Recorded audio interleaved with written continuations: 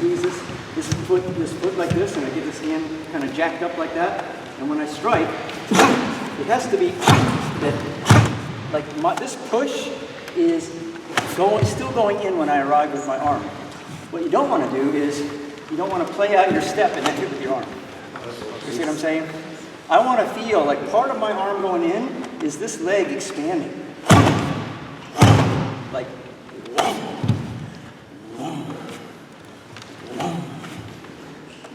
not, it's a timing thing. You have to link them so they're like seamless together. There's always how one thing affects the other thing. So for instance, we're going to try this. How about this movement from, say, Heian Sandan, that movement right there, which can oftentimes look like this, right? Because people just use their arms. But what you want to do is you want to pull, pull, pull, pull. So whatever I'm doing, it's coming really out of the core of my body and not with my arms. You see that? So the hand that's coming up in my uchi-oke, I'm whipping this way. So that side is the one that's pulling in the direction of the motion and then pulling back. So there's the whip. But what happens with the other side then, I get this cut. So this is now cutting. So when you reverse rotate in a block, you're not pulling your body away, you're actually cutting in. Okay, and that depends, again, you have to know which axis you're rotating on. If I rotate on my front hip axis, I pull my body away. If I rotate on my back hip axis, I cut my body in. You see the difference? So when your body reverse rotates, you're really cutting a wedge. Like when I rotate my body away, I'm actually cutting a wedge, a wedge, a wedge, a wedge. I'm not doing this, I'm doing that. Okay? So when this hand comes up, the other side is going to cut in. It's going to cut in. So I get that motion, that motion. And I'm feeling that all the way through my feet. My feet are participating in that. Like part of these rotations aren't just my body flopping flaccidly on this plane. It's partly I'm pushing against the floor to generate these rotations. You see what I'm saying? Yes. Yeah, try one more time. Let's see if you can get that feeling. This. So when I'm this motion of my core, if I want to make this stronger, I make this more dynamic. I call it your wawap. Like your wawap. Wawap. Wawap. Attach my wawap to my elbows. Right? All I'm doing is I'm attaching my arms to this sort of sensation emanating out of my core. This is all loose, just enough to make it connect. You feel what I'm talking about? Capture that image. Try to capture that image. Like I can't have that relaxed. It's going to wobble. It's not going to substantiate my punch. So I think as I'm punching, I get a little arrow coming off my obi, and it's tracking my punch. So wherever my punch is, even almost at the end, I still got a little of my hip.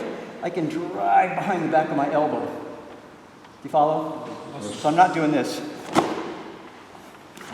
I'm doing that. That. So wherever it is, boom, and that's tight. Boom. That's tight. Okay? Yeah, try the shuto a couple more times. I would say there are 5 basic principles should always be operating. You should have axial elongation. Like this should always be your shape. Because I think that your central nervous system, your brain, your spine, your whole, this is basically your antenna. Everything else is just kind of keeping that thing moving through the world. So you want this coherence to it. So you don't want to go through the way. You want to move this way. You want to do your karate that way, right? That looks way better than this thing, right? So axial elongation. And it's no different if you're studying the Alexander method. If you're a musician, how do you relate to your instrument? You have that kind of composure of engagement. But we have the same composure of engagement. So I would say that. Second, I would say everything should be hara supported. So you tie your belt here for a reason. So everything wants to feel like it's emanating from that place. As opposed to up here, it's coming out of my core. So if I'm punching something, or blocking, or whatever, it's that feeling like that. Then I would say breath. Your breath actually initiates everything. Like, it's one of those phenomena that it's like we're so close to the forest to see the trees. It's like your breath is your connection to life. So how it synchronizes with your movement is how you're really channeling the energy. So when you start talking like that, I said, wow, it sounds like those Tai Chi guys. Well, it doesn't matter what we're talking about. It's just that's how it works. Okay?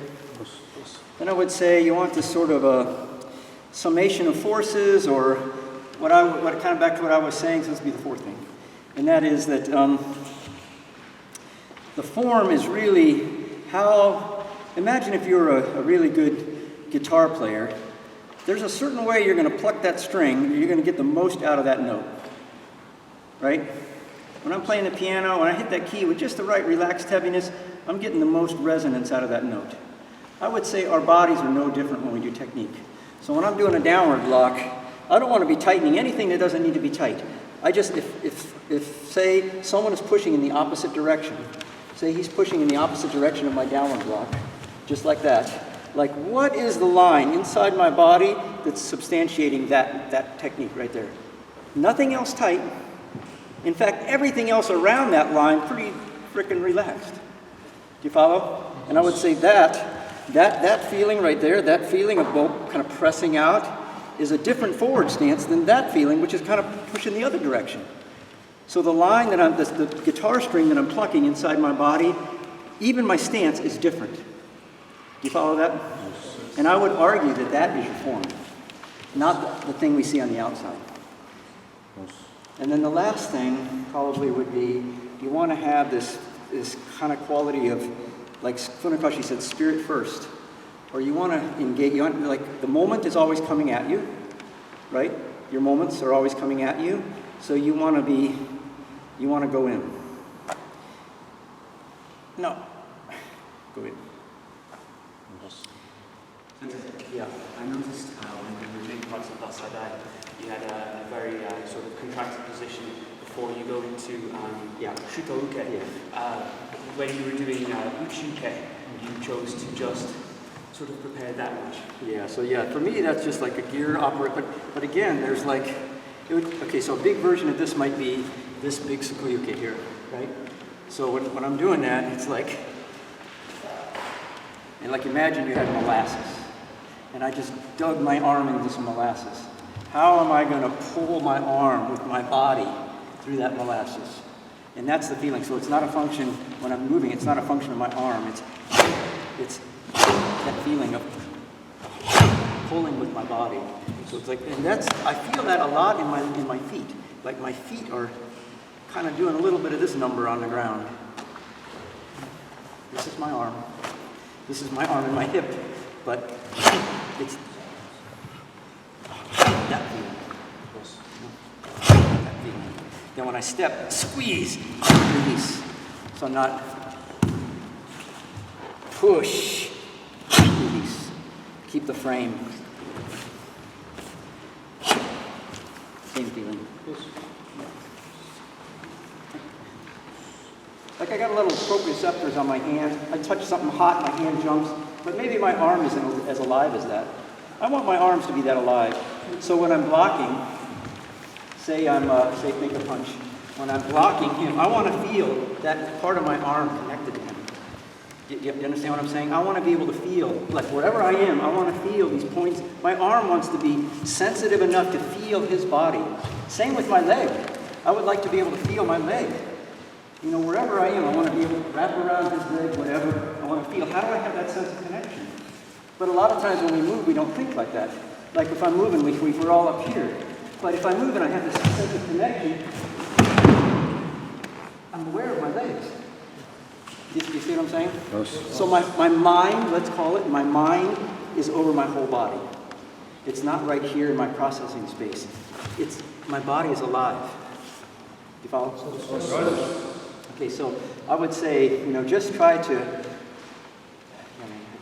think these concepts of Nizu no Kokoro and Suki no Kokoro and Zanshin. When I was a kid and I read those, they just sounded like these sort of mystical, esoteric ideas. But now I think they are my karate. That is the baseline of my karate. And if you know what I'm talking about, like Mizu no Kokoro is a mind like water, basically. Which means when I step, I'm unperturbed. So say when he comes at me with a punch, he comes at me with a punch, I'm not doing that. When he comes with a punch, I'm just finding that connection. So he comes in with a punch, I'm just finding that connection. So instead of having this sort of reactiveness, I don't have any of that. When he comes in, I just find the connection. So just kind of ease into your art. Suki no Kokoro is what we were just talking about. It's not like I'm thinking of all that's happening up here. I'm feeling the connection of my whole body. It's like my mind is on everything. And not just on Musan, but on everybody in the room. So the idea is that on a moonlit night, the illumination of the moon falls evenly on everything. So it's kind of a poetic way of getting that point across. So when I step, it's not like, oh, he's got an awesome kick, an awesome punch, because as soon as I do that, he's kind of captivated me. But for me to be really available, I just have to be kind of through him. Now come again. Basically just through him. And I'm already moving on to the next thing. But as soon as I do this, I'm caught. Do you see that? So, they're all like that old parable. They're really kind of the same thing, just approaching. Remember the parable where a bunch of blind guys have their hand on an elephant? And one says it's a wall, and the other one says it's a rope, and the other one says it's a whatever. But it's really the same thing. They're just touching it in a different way. So this sort of being in the moment, like finding that aiki, that sense of connection, it requires Mizu no Kokoro, Suki no Kokoro, Zanshin. That's your operating system. Okay? Oh.